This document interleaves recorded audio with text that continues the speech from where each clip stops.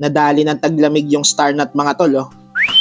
Walang kapit yung star nut, kaya pala kahit anong higpit ko dun sa top cap main, hindi mawala-wala yung kalog ng headset. Gawa ng wala palang kapit yung star nut, sumasabay lang sa ikot ng tornilyo. Kita nyo naman yung itsura ng star nut mga tol, oh. Lusot na lusot. Siguro simulat sa puli, nung kinabit ng star nut na to ay wala na talagang kapit. At ayon nga dun sa may-ari, simulat sa pull down nung binuo to ay hindi na mawala-wala yung kalog ng headset. Bakit nga ba nagkaganito yung star nut nito mga tol? Para sa akin, based in my experience, Huwag ka na mag-Ingles. ang nakikita kong dahilan kung bakit nasira at hindi kumapit yung star nut, ang naging dahilan ay yung pinagputulan ng steerer tube. At kung napapansin nyo mga tol, yung dulo ng steerer tube, nakabend siya ng papasok. Kaya nung binabaon yung star nut, ang sinunod niyang diameter ay yung dulo ng steerer tube na may parting nakabend. Kaya nung nilagpasan ng star nut yung dulo ng steerer tube na may nakabend, wala na gaanong kapit yung star nut. Kaya kapag nilagyan ng stem, top cap at hinigpitan, umaangat at sumusunod na lang sa ikot yung star nut dahil wala na siyang kapit sa loob. At hindi rin niya napepress na mabuti yung mga bearing sa headset kaya nagkaroon ng kalog. Siguro naman mga tol, nagets nyo yung ibig kong sabihin kung bakit nasira yung star nut. Anyway, dumako naman tayo dito sa steerer tube. Bakit nga ba nagkaroon ng bend yung dulo ng steerer tube dun sa pinagputulan? Ang naging dahilan, ang ginamit kasing pamputol dito sa steerer tube ay yung pipe cutter. O baka sabihin nyo, ay pangit palang gumamit ng pipe cutter dahil nagbe-bend yung pinagputulan. Para sa akin, okay naman gumamit ng tube cutter. Wala namang problema dun. Ginawa talaga yung tools na yun para pamputol ng mga tubo. Basta importante kapag nagputol ka ng steerer tube at ang ginamit mo ay tube cutter, wag mo muna basta-basta ibabaon yung star nut. Mas maigi, hasain mo muna yung pinagputulan para pumantay. Importante matanggal yung nakabend sa dulo ng steerer tube. At para kapag binaon na yung star nut,